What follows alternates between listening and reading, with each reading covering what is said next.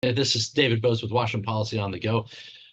This is what we do every week for the legislative session. We update you on the latest that's happening in the legislature, and we have our Senate directors on to discuss their areas of expertise and tell you what the latest is so that you can keep track of state policy. And of course, there are other ways too, which is go to washingtonpolicy.org, and our Senate directors post things there about legislative materials at least once a day during the legislative session. So I would strongly recommend that you visit washingtonpolicy.org, go to the blog and scroll down and get the latest news, and also to share it with friends. It is amazing how many people you meet that are friendly to free markets that have not heard of the Washington Policy Center, the Washington Policy Center blog. So be sure to go share that information with people, even if you think they know, make sure that they know, and do that for us, and it would be much appreciated and better for the state. I also want to let you know, of course, during our conversations, if at any point in time you have a question for our Senate directors, just type it into the Q&A box. Try to avoid the comment box for questions, because oftentimes those are they're overlooked, and it's easier to track them as a moderator in the Q&A box. But at the bottom of the screen or the side of your screen, depending on how it's configured in Zoom, your Q&A box is a great place to just log in your question, and we'll try and incorporate it into the conversation as soon as possible. So please do that. Today, we'll be speaking with our Center for Agriculture Director Pam Lewison about the latest on ag policy, including ag overtime rules. But we're going to start with our Center for Small Business Director, Mark Harmsworth, who is here, and we're going to talk with him about the efforts for rent control, among other things, in the legislature. Mark, welcome. Great to see you. Thanks for having me on, Dave. I appreciate it. Sure. And what is the latest? I mean, we have a prohibition against, let's start with the Washington State's prohibition against rent control. Is it a constitutional prohibition, a legal prohibition, and how firm is that prohibition from instituting rent control directly? Yeah, so the state can't just impose arbitrary limits on, at least they don't think they can, on businesses. And so what the effort has been over the last few years is to limit the amount that property owners can increase their rent. And it puts you in an untenable situation as a property owner, because you may have expenses that exceed the amount that you need to increase the rent. Let's say, for example, you have to remodel the rental property, or there's some kind of flood damage, or something happens, or you get a bad tenant who causes damage that has to be repaired. You end up with expenses that exceed the amount that you could normally increase your rent by to cover those expenses. And so you start taking a loss. And who really wants to own a property that's taking a loss? Well, nobody. That's not the point. So when the state steps in and says, okay, we're going to cap this thing, and that's really what this is. It's not rent control. They phrase it like that, like this, to make it sound all very nice, but it's really rent caps. And it's stopping a property owner from recovering the cost of running the actual property. Most property owners are not just increasing rent willy-nilly. They're not. Then every year they go, well, I'm a rich millionaire. I own 50,000 properties, and I'm going to increase my rent by 20% this year. That's not what's happening. Most property owners and rental property owners are folks that were fortunate enough to be able to maybe keep their first home and buy a second home, and now they're renting their first home. And that's very typical. They have one or two properties, or maybe it's a small duplex. What the state has been doing over the last few years is coming in and putting caps on that. And the latest effort for this is House Bill 2114, which literally puts a cap on the amount of rent you can increase. And what do you think the implications of that would be, or is that the kind of thing? It seems like an end run around what's already prohibited. I expect it would be challenged in court at some point. But is there any acknowledgement among people who might be sympathetic to the idea but recognize that rent control is prohibited in Washington State? Is there any acknowledgement that, hey, this is basically doing the same thing under another name? Or are people just excited to have an end run, kind of like the income tax on capital gains? Yeah, I think the proponents of this are doing this as an end run to get around what the state prohibits in law right now. This particular bill caps it at 7% increase.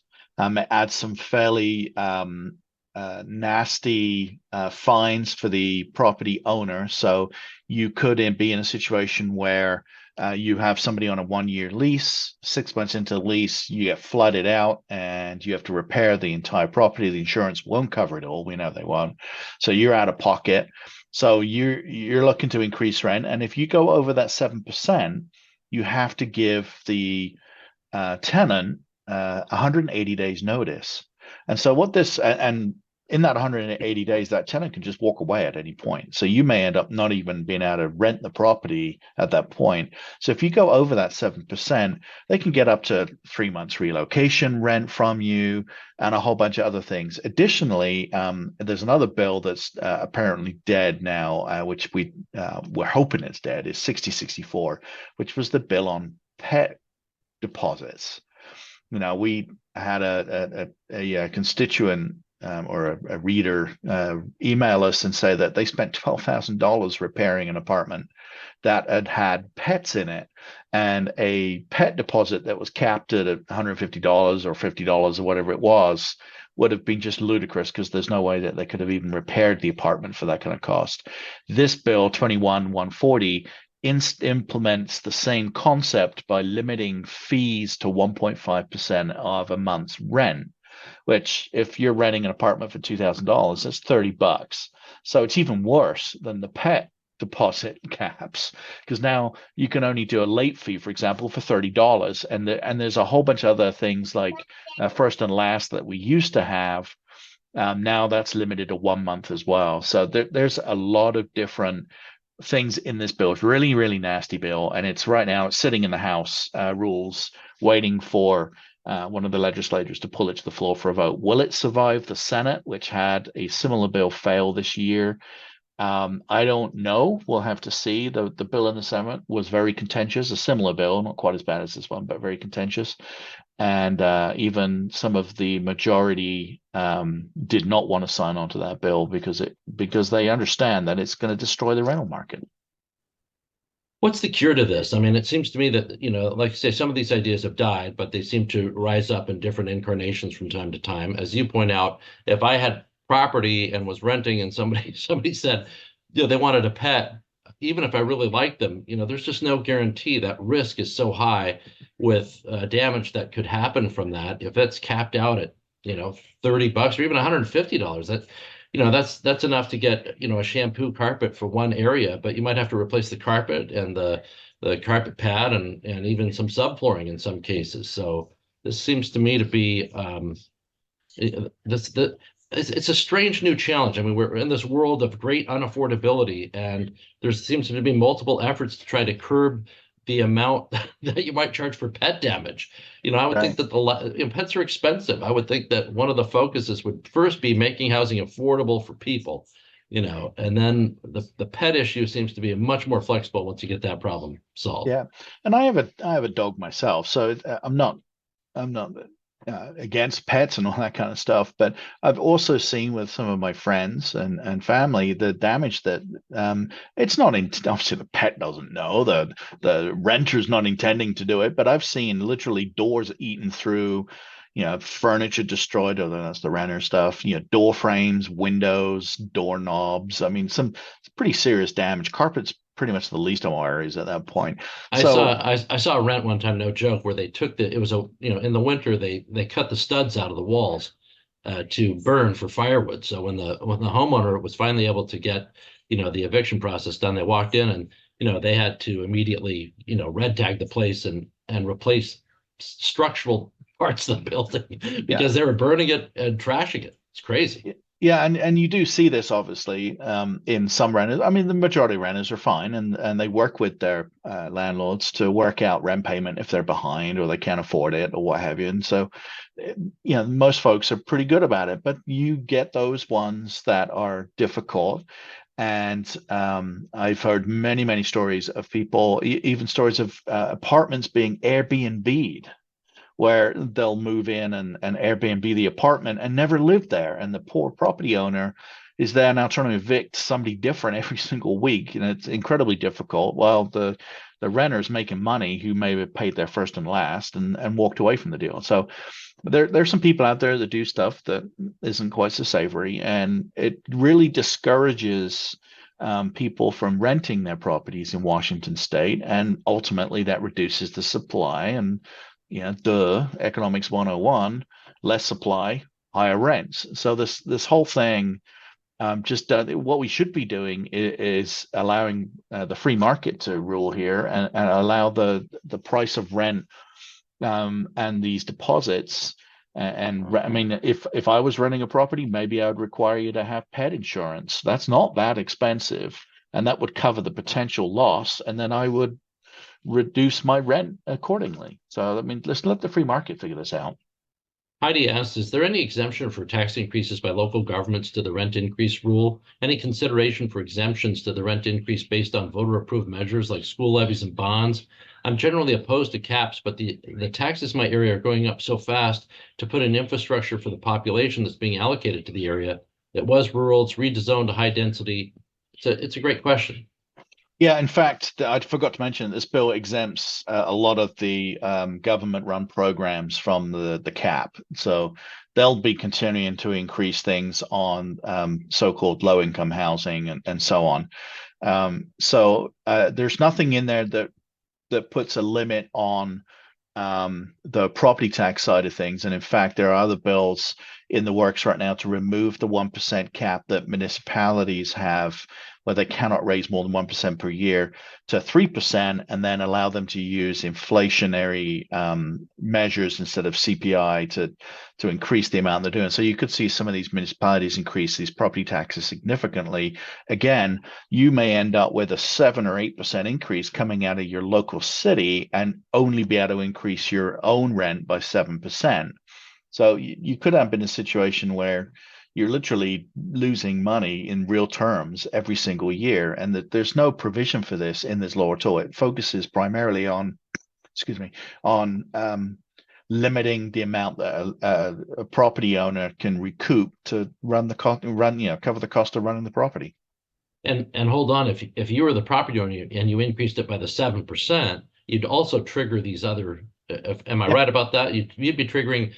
Also having to pay a 3-month relocation fee and other things that if government increases your taxes by much more than that, they're not going to give you that relocation. Yeah, you give them a 180-day notice. So they say, I want out. Let's say you went to 8%. So you have to give them 3 months. You have to pay for their relo, and they walk away from the lease. And so now you've got a property that's unrented with no notice. And a lot of property owners budget for 1 or 2 months a year unrented property to cover the transitionary cost of getting a new renter in. And if the renter doesn't stay, then they can give that money back to the renter in the form of reduced rent, or at least not increasing the rent. But that takes that completely off the table. So what you're now looking at as a property owner is, I need to mitigate this by increasing the rent when they first start to cover the potential for them walking away from the lease. Well, what does that do? It increases the rent. So this bill does exactly the opposite of what it intends to do. And the other thing is you'll see much larger jumps when a tenant leaves. The property owner is going to go, okay, I've got no restrictions now. I'm going to jack it 15, 20%. And so you'll see rents jump periodically like that as well, because they've got to mitigate the risk. If they don't, they lose the money. What's the point in doing this? They'll just sell the property and make the problem even worse. Yeah, you can see it. The handwriting's on the wall there. Tad writes, in Paul's weekly recap from last Saturday, Paul Guppy, our vice president for research, does a recap video every Saturday. If you subscribe to our newsletter, which you can do almost anywhere at washingtonpolicy.org, in any of the blogs, you'll have an opportunity to sign up for the newsletter, and I highly recommend that you do. Paul's weekly recap last Saturday, Paul stated the government regulation accounts for 20 to 25% of the rental amounts. I agree. However, what's his source? Do you know that, or should we have him, or should we reference that to Todd? Because the first thing I thought of was your work on showing the total cost or the add-on cost of all the government regulations on housing in general. Yeah, that's new construction housing is that's the permit costs are in that range. Now we need to check with Paul on that one, I think, and find out where he sourced it. I'm not familiar where he pulled the data from. Yeah. Next question. I didn't hear the answer to whether the prohibition on rent control is in the state constitution or statute. Thanks. I think it's in statute. Wasn't rent control prohibited by an act of the state legislature in 81 rather than prohibited in the Constitution? There's Armin Yusufian. Yeah. Therefore, and unfortunately, the state legislature can simply rescind its earlier ruling and impose a new one allowing rent control, aka rent stabilization. Armin picks up on a good trait there, which is if you want to do something, you just call it by another name. Because well, that's what they're doing with the capital gains tax or the income tax. Exactly. Yeah, you call it something else, and then you can pretend that you're not really doing that. Which I mentioned something on that too. If you're a property owner, let's say you've managed to get a 1 or 2, maybe even 3 rental properties, that really is your retirement money, and your goal is to rent those properties for 20, 30 years maybe, and then sell them and take that money and use it as your retirement. It's not 401k, that's your retirement. And I know folks that have done this with land and other properties in my own town here in Mill Creek. Suddenly you could be subject to a 7% cap gains tax on that. So it really is a tax on business owners and retirees as much as it is on the folks that are cashing in on their Microsoft and Amazon stock. I'll throw this in there too. It could be long-term care planning. People buy properties and investments so that they can handle their long-term care needs and other things. So yeah, it's for all that. Heidi writes, so a property owner should increase 6.95% every year. Yeah, that's basically what this will force property owners to do, because you don't know, you might not need that money this year, but next year you may, and now you can mitigate against it, and you can't give that back to the leaseholder in any way of rent reduction or no rent increases. It's guaranteeing an increase. Looking at this year's swath of legislation in process, there's a ton of significant tax increases in the works. Could Mark or someone post graphs of the state revenues by year since 2020 and state revenues per resident since 2020? We need some graphs that people can digest in just a moment to see new taxes are confiscatory and not to meet any sort of revenue shortfall. It'll take me a while to find them, but we did post those and we've shared those in the past. I know of the revenue, the per capita we did about a year ago or so. I'll have to check on that too, but and Martin's not alone. Yeah. Yeah, and as Dave has mentioned there, we've actually got a little flyer in the works, which you'll be seeing soon, which talks about how much it actually costs to go to the store and buy a bottle of liquor and a movie for your Friday night date. And when you go through it, the numbers it's basically 50% is the end of the day. When you take into account your income taxes, your federal taxes, your FICA, your gas taxes, your carbon tax, your Sound Transit, if you live in the Sound Transit area, sales taxes, and all the different bits and pieces you throw in there, the government, in order for you to go spend that $40 in the store, you have to earn $60. And so it's a very enlightening illustration, because it really hits home that the government is nickeling dime cents to death in all these little tiny taxes, and they all add up to one big tax. Next question is from John Miller. He says, why are service centers like Firestone no longer able to offer coffee to their clients? They told me it's COVID. What regulation demands this? I have not heard this before. I would assume it's the price of coffee. Maybe Firestone has crummy coffee. I don't know. And they just got a bunch of customer complaints. There's nothing restricting them doing that, but they can certainly do it. And if they're worried about COVID, do Keurigs. Is there any other small business regulations or proposals that you're tracking that you think you should bring to our attention today? Yeah, and I've talked about this before, and it's the exempt, non-exempt limits. This isn't really legislation. It's just a result of the minimum wage increases that we've seen go through in the last few years. For employers, and as an employee, you may not realize this, but as an employer, the non-exempt level for your employees has been increasing over the years. It started at around $30,000. So if your employee made less than $30,000 a year, they were a non-exempt employee, so you had to pay them overtime. And if you were over that and they were salaried, they were exempt employees and you did not pay overtime. Well, that limit, because of the increases in both the formula used to calculate that number and the increases in minimum wage, hit over 60,000 this year. Now, in the next few years, you're going to see it go up to 90,000. The net effect is, if you have an employee that's under that level, at that level or lower, They can no longer be a salaried employee. They have to be a hourly overtime employee. So gone are the days where you can go to work and just get the job done. Particularly in seasonal work, we may work long hours for a season and then not so much for a while, because now you're going to have to pay overtime during that period. And then when they're not working, you're not doing that. In fact, the teachers union has been barking about the fact they may want to do this with teachers and get them paid overtime during the school year. And then obviously the offset is they get all the vacation during the summer and Christmas breaks and the Easter breaks. So to keep an eyeball on that, it's going to have a significant effect, particularly for nonprofits who are now unable to hire folks who might want to stay late and just help out for a couple of hours. Now they have to pay them overtime, and they've literally cut them out of a job. Yeah, you mentioned that was going to have a big impact on nonprofits in the future, and that's too bad. Mark, thanks for coming on the show again today, and always appreciate you taking a break from your time. I know you're busy with the legislative session, so always appreciate it. Yeah. Probably see you in a couple of weeks as Yeah. things go.